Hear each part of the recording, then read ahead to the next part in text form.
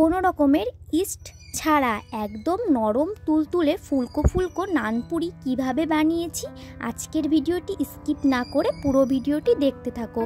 আর যদি সাথে থাকে এমন পনিরের তরকারি। তো এখানে আমি 4 কাপ মেপে হাফ কাপের একটু বেশি টক দই নিয়েছি, দিয়ে দিচ্ছি হাফ চামচ লবণ, 1 চামচ বেকিং পাউডার, আর একটু এই উপকরণগুলোকে একটু ভালো করে মিশিয়ে নিতে হবে। বেকিং পাউডারের সঙ্গে দইটাকে ভালো করে মিশিয়ে নেওয়ার পরে এখানে আমি দিয়ে দেব 2 কাপ মতন ময়দা। 2 কাপ ময়দা দিয়ে এবার দইয়ের সঙ্গে ময়দাটাকে ভালো করে মাখতে হবে। আগে থেকে জল দিলে চলবে না, দইতে অনেকটা জল থাকে।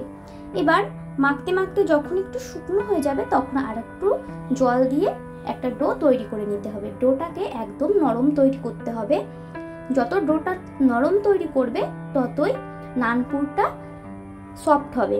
এবার ওপর দিয়ে আমি একটু তেল লাগিয়ে আধ ঘন্টা মতন রেস্টে রেখে দিয়েছিলাম। আধ ঘন্টা পর আমি একটা লেচি কেটে নিয়েছি। লেচিতে একটু তেল লাগিয়ে হাত দিয়ে প্রেস করে করে একটা পুরির মতো বড় করে নেব। দেখো বড় করা হয়ে গেছে। এবার এটাকে তেলে ভেজে নেওয়ার পালা। এখানে আমি আগে থেকে কড়াইতে তেল গরম করতে বসিয়ে দিয়েছিলাম। তেলটা গরম হয়ে গেলে ওই তেলের ভেতরে দিয়ে দেব নানপুরটা।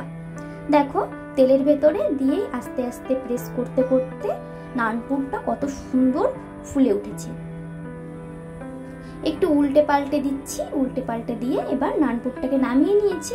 আবারও একটা নানপুর দিয়ে দিলাম। দেওয়ার সঙ্গে সঙ্গে একটু তেলে ভাজার সাথে সাথেই নানপুরটা একদম ফুলে উঠবে। এমন ফুলকো ফুলকো লুচি বা নানপুর কোনো রকমের পনিরের তরকারি বা ছোলার ডালের সঙ্গে থাকে কার খেতে ইচ্ছে করে না বলো তো? আজকের ভিডিও কেমন হয়েছে অবশ্যই আমাকে কমেন্টে জানাবে। ভিডিও ভালো লাগলে অবশ্যই একটা লাইক করবে।